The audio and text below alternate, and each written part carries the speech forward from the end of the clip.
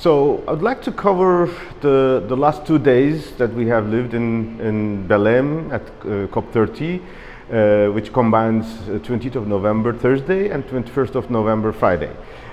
Presumably, these were the days, for example, on Thursday, most of the pavilions were planning to have their last sessions, including the COP30 Cities and Regions Hub. This was our plan to have the second part of our town hall COPs from the global partners, and also we would like to have the high-level closing plenary. However, an unexpected and serious fire broke out in the afternoon. The good news, first of all, no one from the LGMA delegation was hurt, and we were able to evacuate the space in time and orderly, and we express our wholehearted appreciation to all staff, UN security, presidency teams, and of course City of Belém Fire Department, who rapidly did their best to contaminate the fire as quick as possible. Obviously, this led to a disruption of negotiations. It was around 6 hours until they managed to open the space back to the operation, of course with restrictions. But of course, this COP had been remarkable with so many unique moments. This was one of them. There had been in the past some cases like that, but we can definitely say that UNFCCC, Presidency, and City of Belém and State of Para managed this crisis and demonstrated that their resilience is up to its level that it has to be delivered in that sense. Once again, there is no casualties, and that was a unique moment for all of us. Obviously, this resulted in a delay in the negotiations.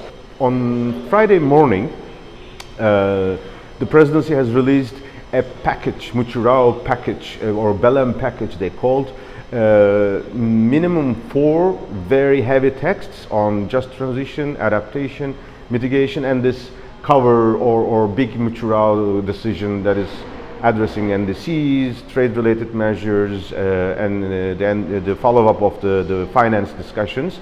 But these were also supported by so many other texts that has not been finalized. Obviously, in presumably the last day of the negotiations, it's not easy to expect them to conclude. There were heads of delegations meetings, constituencies were managed to get in, we were able to observe.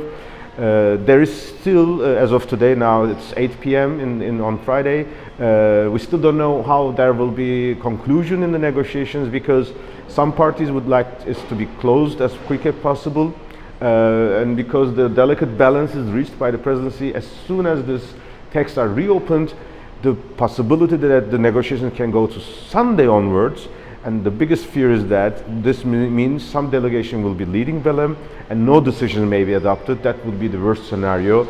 So presidency is now conducting throughout the night additional negotiations. We are assuming that by Saturday there will be revised texts, and hopefully the closing plenary will be Saturday evening. Of course, when we discuss or evaluate these negotiation documents or outcome documents, we have 2 perspectives. One, how this improves the global climate agenda. Second, how our constituency, governors, local and regional governments, how we find ourselves into this description of the processes. When we've gone through the first 4 documents, what we have observed in adaptation, there are references to indicators at the human settlements level. Our colleagues are analyzing that it could be acceptable to a certain extent. There could have been better texts. In the mitigation work program, there was a very interesting text on the waste management to be enhanced through multi-level collaboration. This is particularly very good because waste, obviously, circularity is a topic that many of our local and governments are the front line. We remember last year, mitigation work program was also focusing on urban issues. The term multi-level collaboration was not appearing there.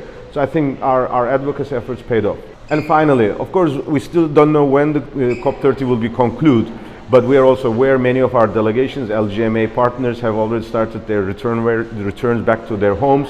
We will try to be following the closing plenary to deliver the LGMA statement, but through this opportunity, on behalf of ICLEI and in my capacity as the focal point, I'd like to particularly commend and congratulate all local governments and municipal authorities, partners, staff, leaders, who were all the way from the beginning of the year, who contributed in these preparations of our positions, who adopted these political leadership, the Rio Local Leaders Forum, our ministerial urbanization and climate change on the 11th of November, President Lula, and the COP President Delago, Mayor of Belém, Governor of Para, and all the leaders all around the world.